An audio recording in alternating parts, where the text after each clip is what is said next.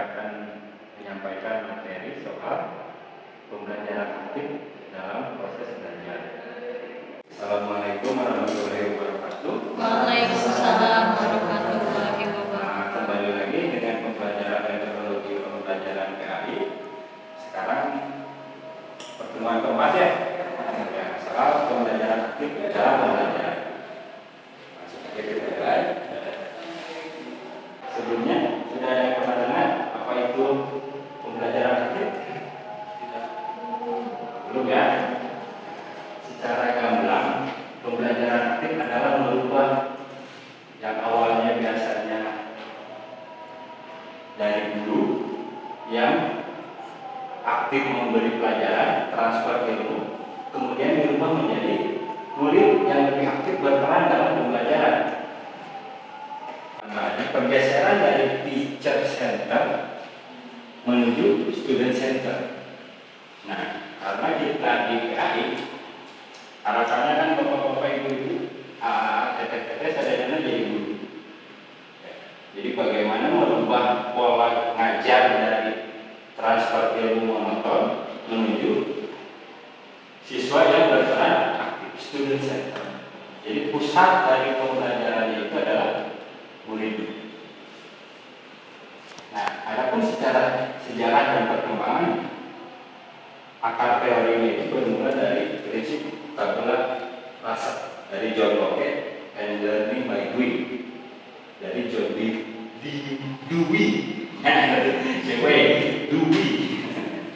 Nah, di tahun 1980 diperkenalkan sebagai pendekatan CSA, cara belajar siswa aktif. Tapi zaman dulu ketika CSA diperkenalkan itu bukan cara belajar siswa aktif, tapi curdak Cina anteng. Curdak Cina anteng. Untuk cara modernnya menjadi orientasi utama dari KTSP kurikulum 2013. Nah, perkembangannya pembelajaran itu sekarang sudah mulai beralih kepada student center. Kenapa? Karena proses berpikir, proses pembelajaran itu sangat penting ketimbang hanya menerima informasi. Itu yang paling utama. Seorang guru harus dapat memfokuskan muridnya dalam menyelesaikan suatu masalah. Jadi fokusnya jangan terlalu bercabang. Fokus gitu. Terus sosialisasi, maksudnya sosialisasi di sini jelas karena kelas nggak akan satu orang. Melatih sosialisasi akan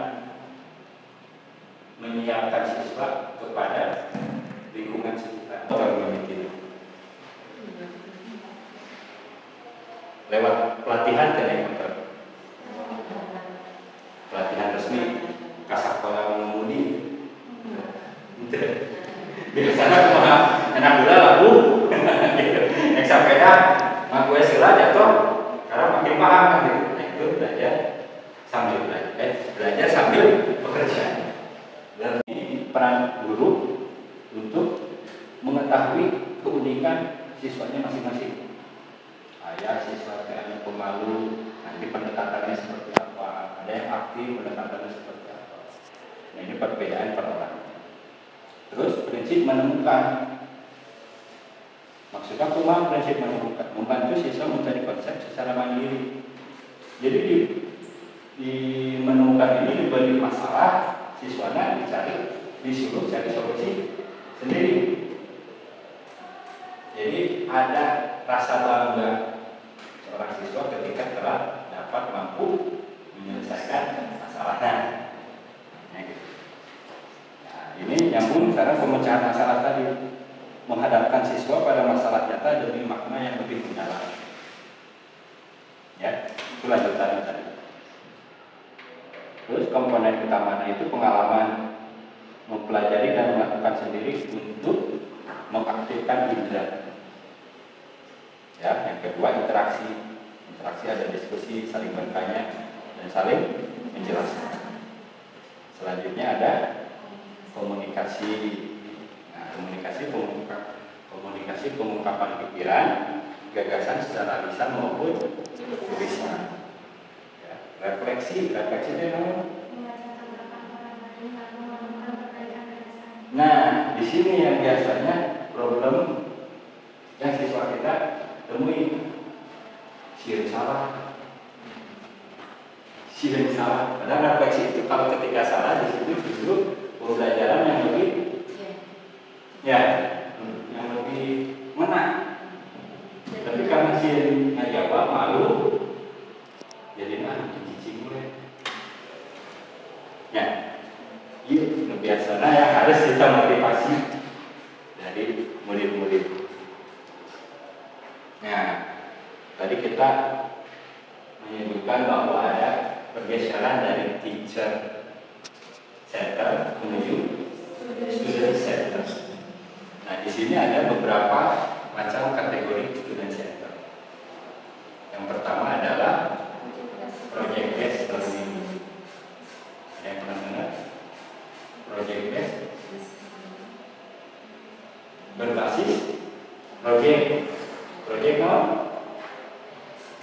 Proyek cuan. Nah, ada proyek kerjaan ya, sebuah tugas bersama, proyek. Jadi siswa diberikan suatu proyek kerjain bareng-bareng. Kurang lebih seperti itu. Tujuannya apa? Nah, tujuannya di sini adalah siswa belajar merencanakan, memecahkan masalah. Jadi dari mulai perencanaan, pemecahan masalah, dan bekerja sama antar sesama murid. Jadi dalam contoh murid kelas 3A PAI diberi tugas untuk membangun gedung WC dari gambar nanti bahan bangunan itu disediakan. Jadi ketika kamu tidak beli besi, pemecahan masalahnya berarti harus beli besi. Project based learning. Yang kedua adalah problem based learning. Problem based learning. Ayo biasakan problem based learning berdasarkan bacaan.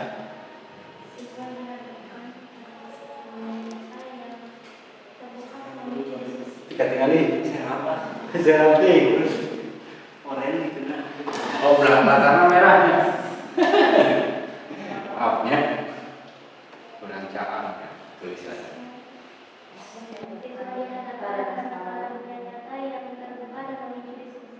Ya, contoh masalah nyata. Di sekitar kurang misalkan tol macet, bikin macet jalanan. Gimana cara menyelesaikan macet, mengurai macet? Beres itu lah. Kumaha Ya sendiri. Membuka satu jalur gitu, maksudnya jalur ini. Jalur alternatif. Jalur bukan jalur seperti yang 5 menit, 1,5 jam. Buka tutup. Ya, bisa buka tutup.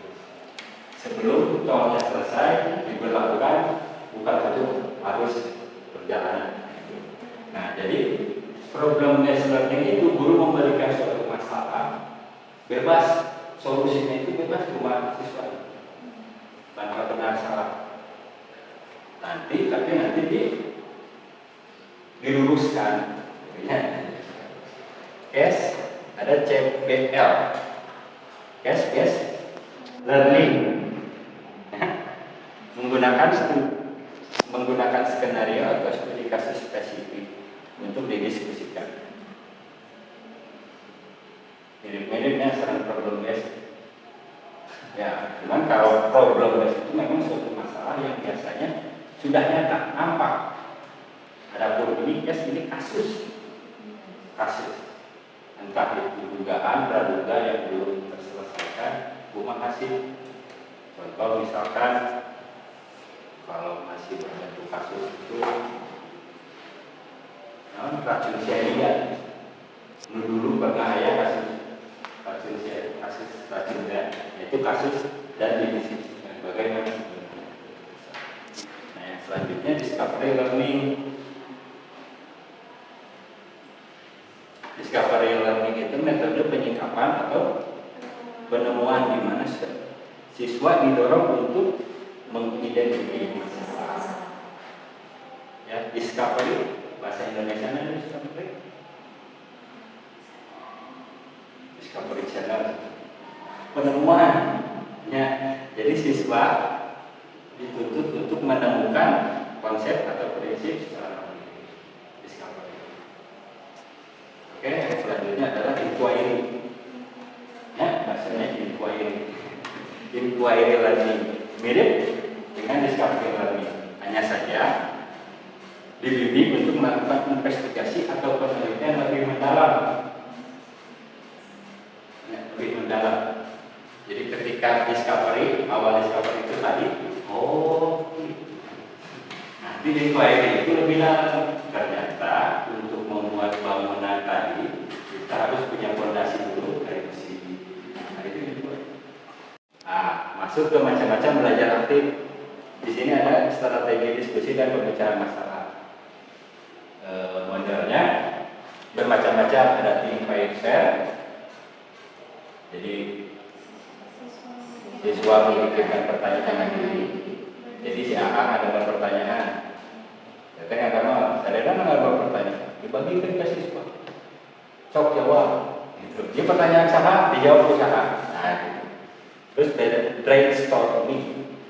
Brainstorming itu pengumpulan ide sebanyak-banyaknya dari siswa tanpa penilaian awal.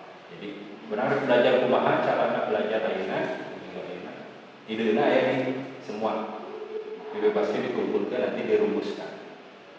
Nah ini tadi program based learning yang sudah kita bahas. Terus ada active debate. Active debate itu udah jelas debat yang aktif. Selanjutnya ada strategi penilaian dan tanya jawab. Nah modelnya di sini ada everyone is teacher here. Jadi semuanya adalah guru, semuanya boleh berpendapat. Lanjutkan question student have. Miripnya cara tadinya mengumpulkan pertanyaan dan jawabannya.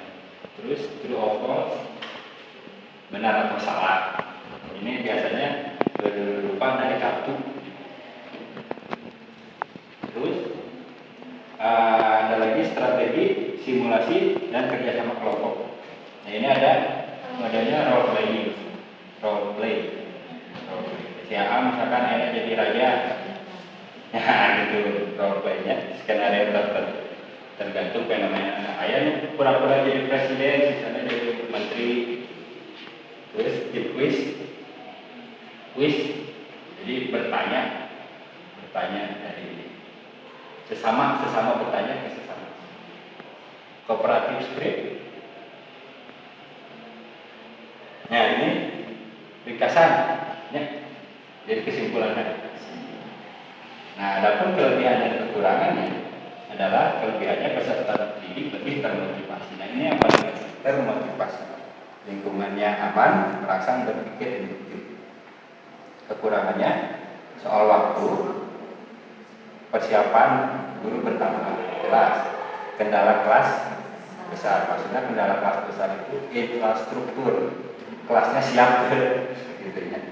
Nah kesimpulannya adalah pembelajaran aktif adalah pembelajaran yang berpusat pada siswa. Guru hanyalah sebagai fasilitator. Fasilitator maksudnya memfasilitasi saja, memberi stimulus tadi itu yang paling penting. Jadi milih metodenya apa, baru dijelaskan ke siswa. Mungkin cukup sekian yang bisa saya sampaikan. Atur nuhun saudara kelasnya. Mungkin nanti setelah kelas akan ada tes. Begitu kita tutup pembelajaran kali ini dengan bacaan alhamdulillah. Alhamdulillah.